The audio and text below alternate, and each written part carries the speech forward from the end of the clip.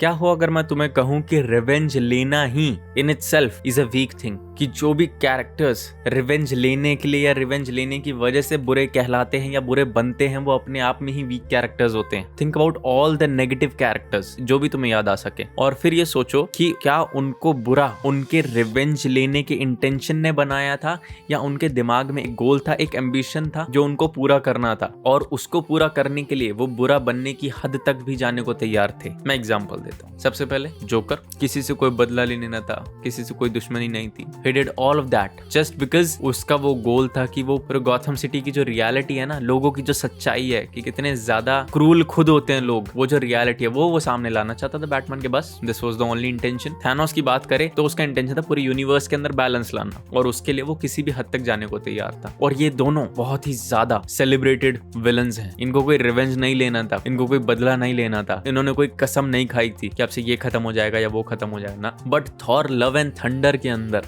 हमें gore the God butcher की start ही ऐसे देखने को मिलती है। क्यों मारना है जी भगवानों को? इसलिए मारना है कि बेटी मर गई और भगवानों ने कुछ नहीं किया। खुद का कोई गोल है? कोई गोल नहीं है। उससे पहले कोई गोल था? नहीं, कोई गोल नहीं था। खुद ने कुछ मेहनत करी वो ताकत को अचीव करने के लिए? नहीं, कोई मेहनत नहीं करी, बस तलवार ने चुन लिया हमें। तो कितना ज्यादा अजीब नरेशन है ना मूवी का। किस्मत से लाइक अगर वो तलवार उसको नहीं मिली होती तो वो तो कभी गॉड द गॉड बुचर बन ही नहीं पाता। उसकी कहानी ही रिवेंज बेस्ड है। और रिवेंज क्या होता है? Revenge is nothing but a decision you make while being trapped in emotions. उससे पहले आपके कोई गोल नहीं है, आपका कोई एम्बिशन नहीं है जहां पर आपको पहुंचना है, तो तुमने गॉड द गॉड बुचर को ही रिवेंज के बेसिस पे खड़ा करा है। तो ये ऑब्वियस है कि वो ज्यादा लंबा तो टिकने वाला नहीं है। मैंने गॉड द गॉड बुचर के बारे में कुछ पढ़ा नहीं है कॉमिक्स में, बट आई एम श्योर कि जितना मैंने सुना उसके अकॉर्डिंग बहुत ज्यादा बड़ा कैरेक्टर हो सकता था, बहुत आगे तक जा सकता था वो, बट वो ले जाया नहीं गया क्योंकि उसको स्टार्ट ही इतनी ज्यादा वीक दी थी। Like I just want to know कि आखिर उसने कसम ही क्यों खाई थी सारे भगवानों को मारने की एमसीयू के अंदर,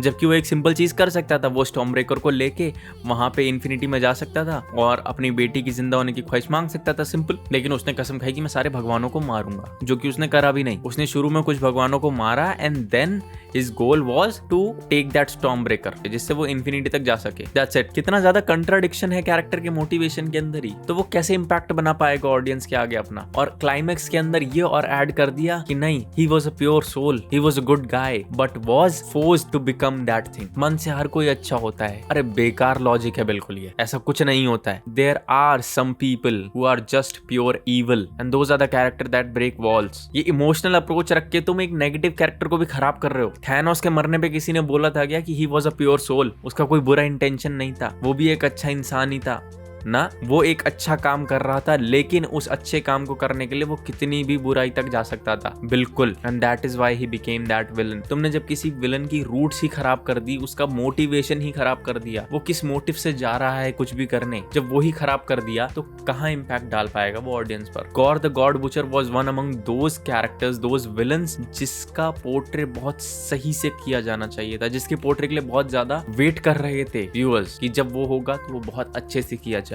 बट इसको बहुत ज्यादा बुरी तरीके से खराब किया गया, बहुत ही ज्यादा बुरी तरीके से। अभी बाकी देखो कि और कितने ज्यादा कैरेक्टर्स को एमसीयू खराब करता है just because of their stupid approach. कि जब तक फेज 3 चल रहा था तब तक सब कुछ सही सही हो रहा था, बिल्कुल प्लानिंग के अकॉर्डिंग हो रहा था, सब कुछ जो उनका सोर्स मटेरियल है उसके अकॉर्डिंग हो रहा था। अब चीजें चेंज करते जा रहे हैं, अपने अपने मॉडिफिकेशन कर रहे हैं और हरकत कर रहे हैं और चीजों को खराब करते जा रहे हैं। अगर गौर के साथ ही हरकत नहीं करी होती तो वो सच में अमेजिंग पोर्ट्रे बन के निकलता मूवीज के अंदर। बट व्हाट हैपेंड हैपेंड, और अब उसको तो ठीक किया नहीं जा सकता। सिर्फ उम्मीद कर सकते हैं कि काश मार्वल आगे ना करे आगे आने वाले कैरेक्टर्स के साथ ऐसा। बाकी आज के लिए इतना ही था, मिलेंगे अगली बार किसी अगली वीडियो में, तब तक के लिए बाय।